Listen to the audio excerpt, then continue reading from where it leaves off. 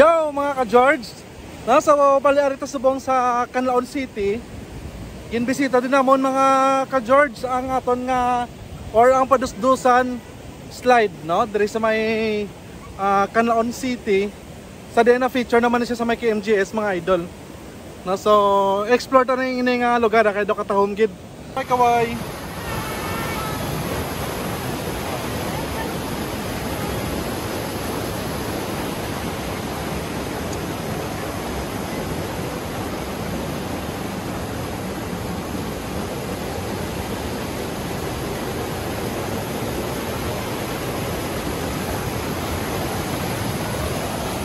Isa sa mga attraction diri mga idol ang stone formation, no?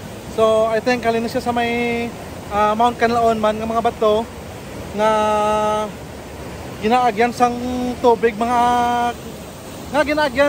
mga ka-George, no?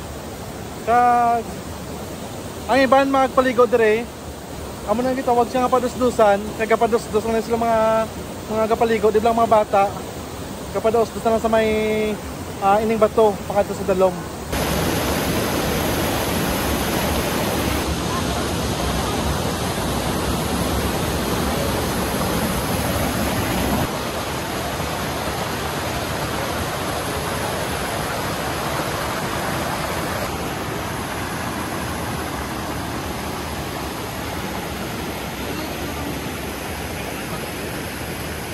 No, so ang ining area gali mga idol, kung makita nyo, aron ang sa likod namon mismo ang Canlaon.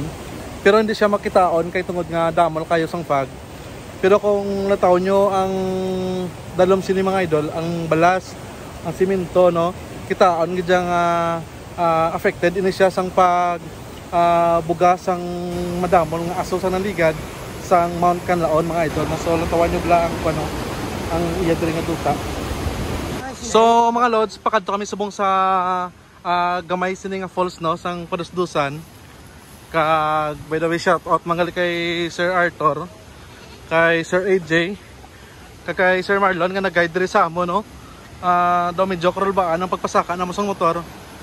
Pero nami gid mga idol ang imo nga dangatan kay nami sang view.